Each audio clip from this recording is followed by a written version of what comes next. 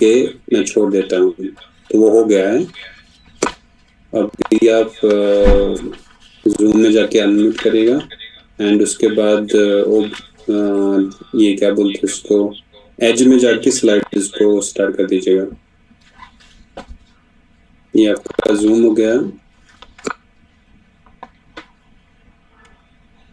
سر کا تو مائک ہی نہیں آنا.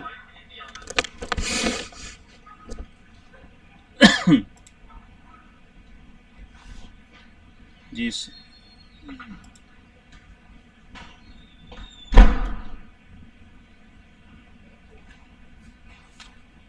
جی بھی سٹارٹ کروں.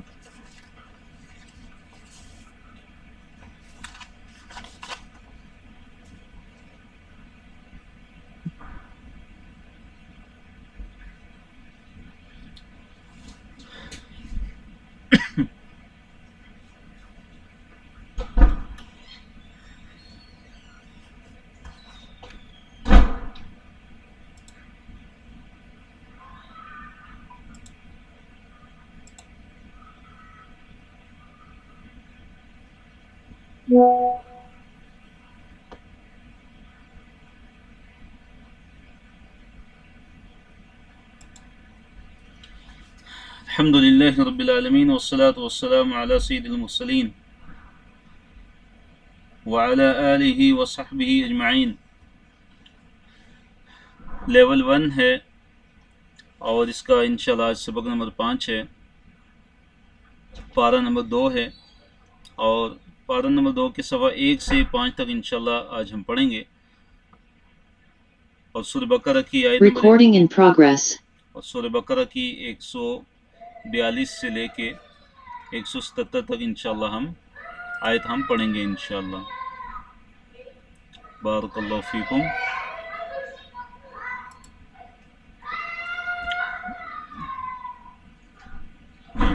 تو یہ آج کا ہمارا پہلا صفحہ ہے الحمدللہ. اس کا جو پہلا موضوع ہے اس کی طرف ہم آتے ہیں. پہلے موضوع میں قبلہ کی تبدیلی کے متعلق ہیں کہ بیوقوفوں کا قبلہ کی تبدیلی پر اعتراض، کہ انہوں نے قبلہ کی تبدیلی پہ اعتراض کیا. اور اسی طرح مشرق و مغرب اللہ تعالیٰ کے لیے ہیں اور اللہ تعالیٰ نے امت محمدیہ صلی اللہ علیہ وسلم کو امت وسط بنایا اور دوسروں پر گواہ بنایا، شاہد بنایا. اور اسی طرح نبی صلی اللہ علیہ وسلم کو امت محمدیہ صلی اللہ علیہ وسلم پر شاہد بنایا. تو ابھی ہم شروع کرتے ہیں. یہ دوسرا سپارہ یہاں سے شروع ہوتا ہے. سیقول السفہاء، جی سیقول السفہاء، ان قریب کہیں گے السفہاء بے وقوف لوگ، من الناس لوگوں میں سے، ما ولاہم کس چیز نے پھیر دیا ان کو، عن قبلتہم ان کے قبلے سے، التی جو کانوا تھے، علیہا اس پر. تو اللہ تعالیٰ نے فرمایا کہ سفہاء لوگ، بیوقوف لوگ لوگوں میں سے وہ عنقریب یہ کہیں گے کہ ان اہل ایمان کو ان کا جو قبلہ تھا، جس قبلے پہ وہ پہلے تھے، کس چیز نے ان کو پھیر دیا. تو اللہ تعالیٰ نے فرمایا قل، اے نبی صلی اللہ علیہ وسلم آپ کہہ دیجئے، للہ اللہ تعالیٰ کے لیے ہے، المشرق و مشرق والمغرب اور مغرب، کہ مشرق و مغرب اللہ تعالیٰ کے لیے ہی ہیں. یہدی اللہ تعالیٰ جس کو چاہتا ہے ہدایت دیتا ہے، من یشاء جسے اللہ تعالیٰ چاہتا ہے، الی صراط مستقیم صراط مستقیم کی طرف. نبی صلی اللہ علیہ وسلم نے جب مدینہ کی طرف ہجرت کی تو آپ صلی اللہ علیہ وسلم نے 16 یا 17 مہینے بیت المقدس کی طرف منہ کر کے نماز پڑھی اور اس کے بعد قبلہ بیت اللہ کی طرف تبدیل ہو گیا. اللہ تعالیٰ کی طرف سے وحی نازل ہوئی تو قبلے کو بیت المقدس سے بیت اللہ کی طرف اس کا رخ پھیر دیا گیا. تو اللہ تعالیٰ نے فرمایا کہ مشرق و مغرب اللہ تعالیٰ کے لیے ہی ہیں، کہ مشرق و مغرب کی اپنی کوئی حیثیت نہیں ہے. اصل جو کام ہے وہ اللہ رب العالمین کی اطاعت اور اللہ رب العالمین کی فرما برداری ہے۔ تو اللہ تعالیٰ جسے چاہتا ہے صراط مستقیم کی طرف ہدایت دے دیتا ہے۔ تو انہوں نے قبلے پہ اعتراض کیا کہ ان کو کس چیز نے پھیر دیا اپنے پہلے والے قبلے سے، جس قبلے پہ تھے بیت المقدس کی طرف منہ کر کے نماز پڑھتے تھے، اس قبلے سے کس چیز نے ان کو پھیر دیا۔ تو اللہ تعالیٰ نے ایسے لوگوں کو سفہا قرار دیا، یعنی یہ بیوقوف لوگ ہیں جن کے اندر عقل نہیں ہے، جن کے اندر فہم نہیں ہے۔ وَكَذَلِكَ اور اسی طرح جعلناکم جعلنا ہم نے بنایا کم تمہیں امتن امت وسطن وسط، اور اسی طرح ہم نے تمہیں امت وسط بنایا۔ امت وسط کا مطلب کیا ہے کہ سب سے بہتر امت بنایا، سب سے افضل امت بنایا، اور دوسرے اس کا مطلب یہ ہے کہ اللہ تعالیٰ نے امت محمدیہ صلی اللہ علیہ وسلم کو معتدل امت بنایا، کہ نہ اس کے اندر افراط ہے نہ تفریط ہے، اور اسی طرح اعتقاد اور اخلاق اور اعمال میں اعتدال ہے۔ تو یہ امت وسط ہے، درمیانی امت، اور اسی طرح یہ امت اس کے اندر وسطیہ ہے، اعتدال ہے، اور ہر چیز میں افراط اور تفریط نہیں ہے، اعتدال ہے بلکہ۔ اور اللہ تعالیٰ نے اس امت کو امت وسط یعنی افضل اور بہترین امت قرار دیا، کہ اللہ تعالیٰ نے یہ افضلیت بنی اسرائیل سے لے کے امت محمدیہ صلی اللہ علیہ وسلم کو عطا فرمائی۔ تو اللہ نے فرمایا لِتَكُونُوا تاکہ تم ہو شہداء شہادت دینے والے، گواہی دینے والے، علی الناس لوگوں پر، وَيَكُونَ الرَّسُولُ اور تاکہ رسول صلی اللہ علیہ وسلم ہوں علیکم تم پر شہیداً شہید۔ تو اللہ تعالیٰ نے فرمایا کہ ہم نے تمہیں امت وسط بنایا، بہترین اور افضل امت بنایا، تاکہ تم لوگوں پر گواہی دو، تاکہ تم لوگوں پر گواہی دو، اور رسول صلی اللہ علیہ وسلم تم پر گواہی دیں گے۔ تو اس کا کیا مطلب ہے گواہی دینے کا؟ کہ نبی صلی اللہ علیہ وسلم قیامت کے دن یہ شہادت دیں گے، یہ گواہی دیں گے کہ انہوں نے صحابہ تک پیغام پہنچا دیا تھا، اور اس طرح امت کا ہر آنے والا طبقہ گواہی دے گا کہ ہم نے اگلے طبقے پہ ہم نے ان کو دین کا پیغام ہم نے پہنچا دیا تھا۔ جیسے صحابہ تابعین پر گواہی دیں گے، اور تابعین تبع تابعین پر گواہی دیں گے، تو ہر زمانے کے لوگ اگلے زمانے میں جن کو انہوں نے تبلیغ کی، جن کو انہوں نے دعوت دی، ان کو اللہ تعالیٰ کا دین، اللہ تعالیٰ کا پیغام پہنچایا، تو ان پہ گواہی دیں گے کہ ہم نے، اے اللہ تیرے دین کو ہم نے پہنچا دیا تھا۔ اور اسی طرح لِتَكُونُوا شُهَدَاءَ عَلَى النَّاسِ، اس کا کیا مطلب ہے کہ تاکہ تم لوگوں پر گواہ ہو کہ قیامت کے دن امت مسلمہ یہ گواہی دے گی، قرآن کی بنیاد پہ یہ گواہی دے گی کہ اے اللہ تیرا پیغام،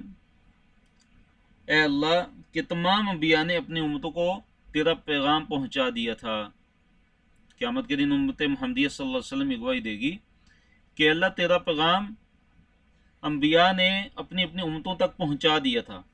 اور یہ قرآن کی بنیاد پہ ہوگا کہ قرآن میں اللہ تعالیٰ نے بیان کیا ہے کہ انبیاء نے اور رسولوں نے اپنی امتوں کو اللہ تعالیٰ کا پیغام پہنچا دیا تھا۔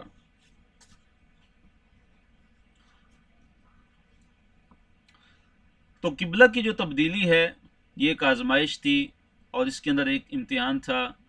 اور یہ ہدایت والوں کے لیے مشکل نہیں تھا کہ جن کو اللہ تعالیٰ نے ہدایت دے رکھی ہے، جن کو اللہ تعالیٰ نے ایمان کی نعمت سے نوازا،